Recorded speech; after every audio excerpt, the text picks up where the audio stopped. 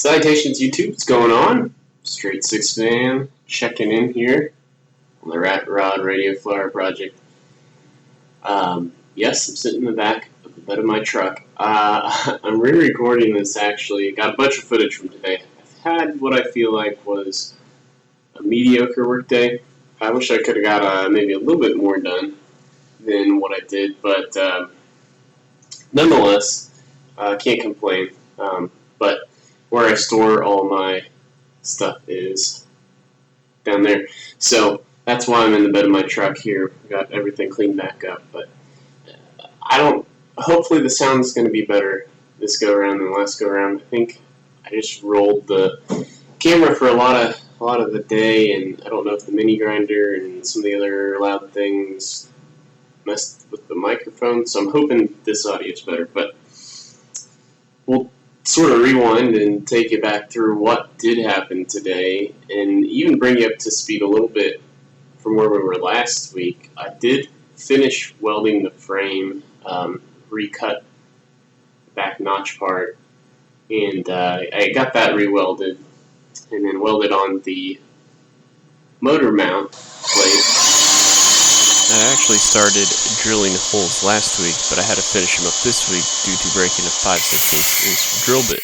Went through a second one actually today, but then I went up and drilled the second set of holes so that way I could hollow out the middle part and give myself some sort of flexibility with chains and whatnot and getting the motor on straight. But like I said, I'm pretty hard on the old 5/16" drill bits, but the tricky part was getting out the leftover material in between, and I used a variety of different approaches, some better suited than others, but I think the lesson learned here is I just need new tools.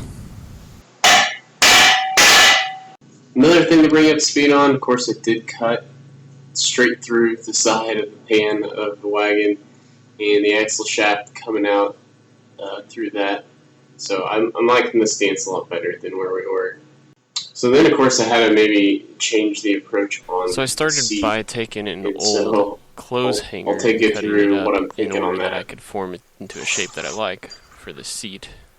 That gave me an outline to trace on this board here.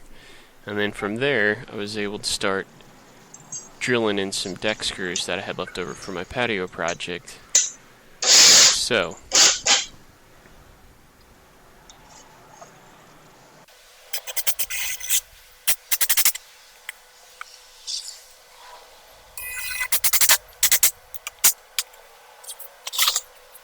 in comes the 5/16" diameter steel rod that then, as I went, screwed in some more on the jig there, and was able to start bending the rod into place with the Yale quick clamp. Didn't have the strength in my own arms to get it, but as you can see, it became quite the thing to wrestle with over time. So I had to get more creative, and in comes then a second 2x4 when I found out I just was going to be fighting the clamp all day.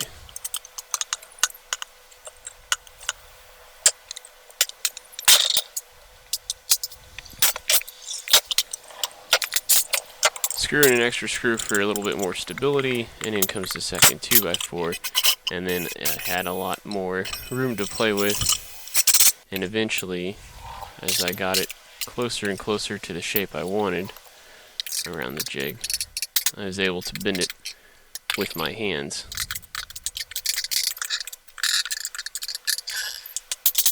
One more screw to get the last little bit of the curve in,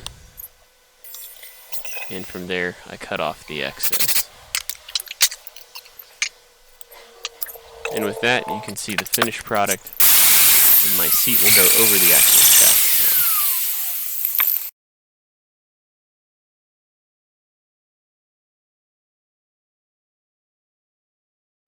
Other advantages of doing the motor mount today is made it easier to pull start, and got a little footage of it running, so why don't you check that out.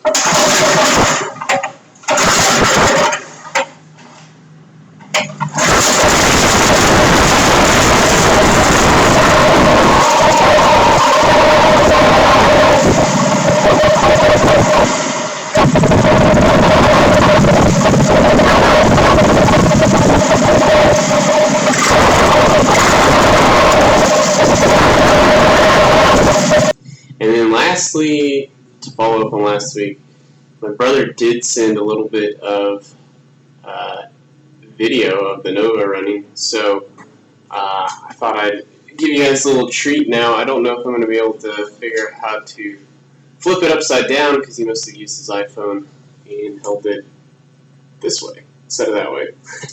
But anyway, here's a little bit of footage of that.